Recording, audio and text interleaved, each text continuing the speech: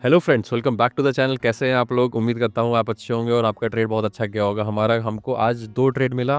ती लास्ट में भी एक ट्रेड हम मान सकते हैं उसको, बट मेजरली 2 ट्रेड मिला। हमको 350 पे सुबह-सुबह मिल गया था, हमने शॉर्ट कर दिया मार्केट को। हमको 50 पॉइंट की बात हुई थी वैसे तो, पर मार्केट हमको नीचे लोअर लेवल्स पे भी आ गया। हमारा 267 वाले नहीं, 260 के आस-पास लेवल पे भी आ गया और 260 लेवल से भी एग्ज़ैक्ट उसी लेवल से घूम गया और हमको बढ़िया 350 तक के मिल गए।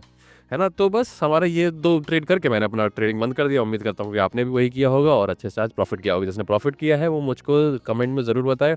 लास्ट कुछ दिनों से आप लोग कमेंट कर रहे थे तो मुझे बहुत अच्छा लग रहा था, तो मैं उस चीज़ को लेके थोड़ा और मोटिवेटेड रहता हूँ। तो आप लोग कमेंट करते रहा करिए, मुझे बताते रहिए आप लोगों को कैसा रहा, क्या रहा। हम डिस्कशन कर सकते हैं उन सब चीज़ों को लेके। ठीक है ना? और चलिए आइए स्क्रीन पे चलते हैं और बाकी सारे डिस्कशन स्टार्ट करते हैं। तो हमारा क्या डिस्कशन था? हमारा यही डिस्कशन था कि हमको इस लाइन पे कहीं मार्केट मिलेगा, हम उसको शॉर्ट करेंगे। तो हमको सुबह मार्केट यहाँ पे मिल गया और हमको 50-60 पॉइंट जो भी आपने वो किया होगा, जिसने ट्रेल किया होगा तो ट्रेल करके हमको यहाँ तक का आना था। ये हमारा डिसाइडेड था और हमको ये भी पता था कि यहाँ से घूमेगा। देखो एग्जैक्ट लेवल से घूम रहा है भाई। यहाँ से देखो घूमा, फिर उसके बाद यहाँ से घूमा। समझे? ऑल्दो हमारा ये था कि शायद उसके बाद ब्रेकआउट करने के चांस थे, क्योंकि ये जो फॉल आया है, ये फॉल वेनेजुएला जो अभी अटैक जो भी कंट्री है ना, वी से जो यूएस ने अटैक किया जिस पे, उसकी वजह से नहीं है। अगर आपको ऐसा लग रहा हो कि उसकी वजह से है, ये डेटा ही कुछ ऐसा नेगेटिव हुआ होगा बाद में या कुछ भी हुआ होगा, एफआईज ने कुछ सेल किया इसको, तो उसका कोई रीज़न नहीं था। तो इसीलिए मतलब मैंने तो देखो ट्रेड बंद कर दिया था। मेरा मानना है कि अगर आपका 2 या 3 प्रॉफिट हो जाए या मान लो एक भी बड़ा प्रॉफिट हो जाए, तो आपको अपना ट्रेड बंद करके अपना चिल करना चाहिए लाइफ में। आपको सारे ट्रेड नहीं पकड़ने हैं, आपको अपने 2 या 1 बढ़िया एकदम ट्रेड पकड़ना है। और अगर एक दिन का एक ट्रेड भी आप अच्छा पकड़ लेते हो, तो आप खुद भी जानो, जो ट्रेडर्स हैं वो समझ रहे हैं कि अगर आप एक दिन का एक भी अच्छा ट्रेड पकड़ने का कर पा रहे हो, जो कि बहुत टफ होता है, क्योंकि कहीं ना कहीं गलतियां होती हैं, कहीं ना कहीं मार्केट हमारे हिसाब से नहीं चलता है। बट अगर आप एक दिन में एक ट्रेड भी अच्छा पकड़ ले रहे हो तो चिल है। फिर उसके बाद आप टेंशन नहीं लो, उसके बाद आप बंद करो सिस्टम और अपना घूमो फिरो जाके, उसमें मोहित मोहित मत हो। अब यहाँ पे जिसने भी कॉल लिया होगा उसका ऐसे लेट हुआ होगा, समझ रहे हैं? तो अब यहाँ पे किसी ने पुट ले लिया तो बहुत अच्छी बात है। किसी को मतलब ऑप्शन चेंज का डेटा एक्चुअली चेंज हो रहा था, तो अगर आपने ऑप्शन चेंज का डेटा देख के पुट ले लिया तो बहुत अच्छी बात है ना? तो बहुत अच्छी बात है। और स्क्रीनशॉट मैं लगा ही दे रहा हूँ, आपको पता ही है, लगा ही दिया था मैंने। तो मैं लगा ही दूंगा कि किस तरीके से हमारी बात हुई थी और हमारा क्या ट्रेडिंग है ना? तो देखिए कितना बढ़िया था, है ना?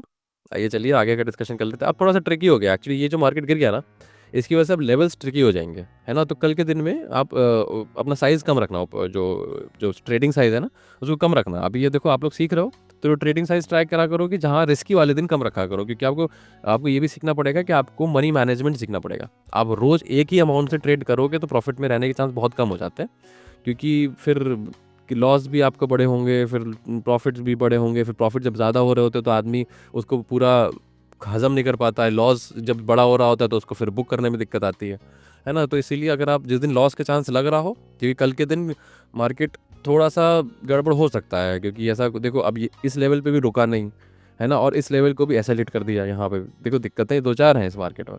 देखो आज के लेवल्स अगर हमारे होते हैं कि हम बोले कि ये बहुत अच्छा सपोर्ट है, तो भाई इसको तो यहाँ तोड़ दिया है ना? उसके बाद फिर दूसरी बार भी तोड़ दिया है, तो अब ये लाइन का तो देखो उतना इम्पोर्टेंस मेरे हिसाब से उतना नहीं बचा है ना?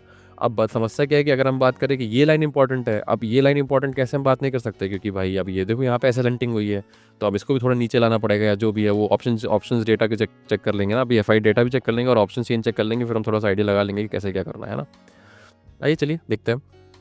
तो ऑप्शन डेटा देखो, अब ऑप्शन डेटा में समस्या क्या है कि जिस तरीके से यहाँ पे ये क्या कहते हैं, क्या पता आज लॉन्ग अनवाइंडिंग हुई हो, ये जो लॉन्ग भी पोजीशन बनी थी पुट वाली, ये पुट सेल हुआ था, तो उसके चक्कर में भी जब वो नीचे गिरने लगा तो धड़-धड़ गिरने ही लगा। अब यहाँ पे समस्या क्या है, क्या पता कल भी ऐसा हो जाए कि अब ये जो पोजीशन इन्होंने कॉल जो सेल करके बैठे हैं, तो अगर शॉर्ट कवरिंग आ गई कल, जानते हो कल क्या दिन है? कल शॉर्ट कवरिंग आने के पूरे चांस है।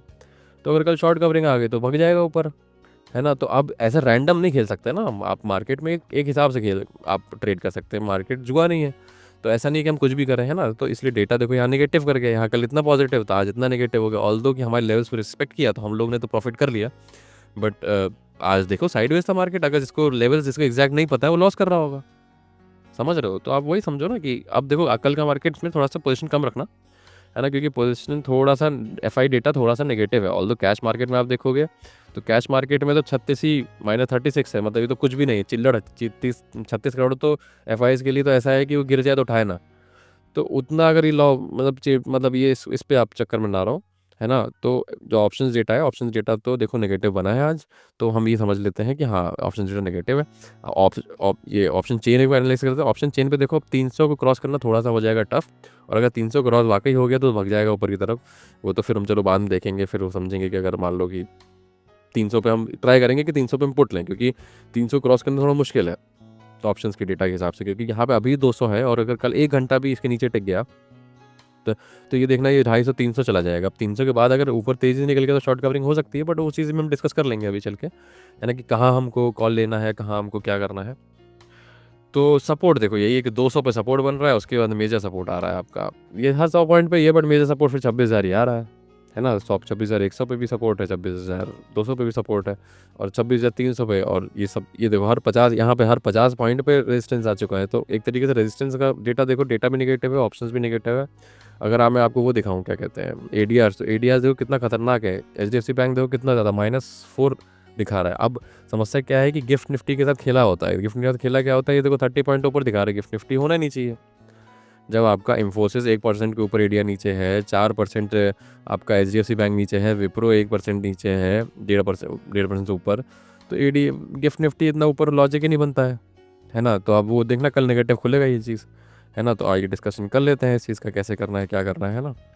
अब देखिए, अब देखो आपको सही बताऊँ तो रिस्की मामला हो गया है। अब ये लेवल अब उतना ज़्यादा इम्पोर्टेंट कल हो जाए साबित तो मुझे नहीं पता भाई देखो।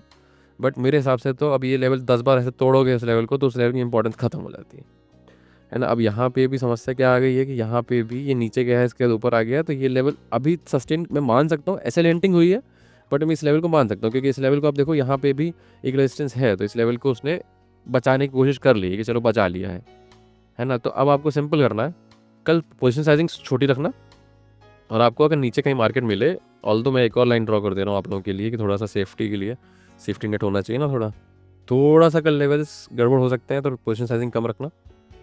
तो यहाँ पे देखो, यहाँ पे जो भी है आपका, यहाँ पे कहीं आपको मिले इस रीजन में, तो आपको एक कॉल की पोजीशन ट्राई करनी है, और ये हाइट पे 50 पॉइंट लेके ये हाइट पे बुक कर लेना, फिर बैठना देखना मार्केट क्या कर रहा है, ठीक है ना? उसके बाद अगर यहाँ पे देखो, यहाँ पे कहीं मिले तो एक बार पुट आप ट्राई कर सकते हो, और वो भी अगेन सिंगल लॉट से कर लेना एक बार ट्राई। अगर मिलना होगा तो 50 पॉइंट फिर आपको मिल जाएगा, ठीक है ना? 50 पॉइंट क्या मतलब यहाँ तक का, ये 50 भी नहीं, कितना है 314 से 380, मतलब ये हो गया 20 और 20 34 पॉइंट। 34 पॉइंट के ट्रेड करने का मतलब नहीं बनता, इग्नोर इट। अब आपको समस्या क्या है कि कॉल आपको यहीं लेना पड़ेगा भाई, 350 के ऊपर ही कॉल बनेगा। तो घूम फिर के आपका एक ही ट्रेड बन रहा है, मैं आपको बताऊँ एक ही ट्रेड बन रहा है कि आपको कल, जैसा कि मुझे लग रहा है कि इतना एरिया नीचे है तो गैप डाउन खुलना चाहिए, तो गैप डाउन खुलेगा, आपको यहाँ पे कॉल की पोजीशन ट्राई करनी है, ऐसे हिट हो जाए चुपचाप बाहर आ जाना।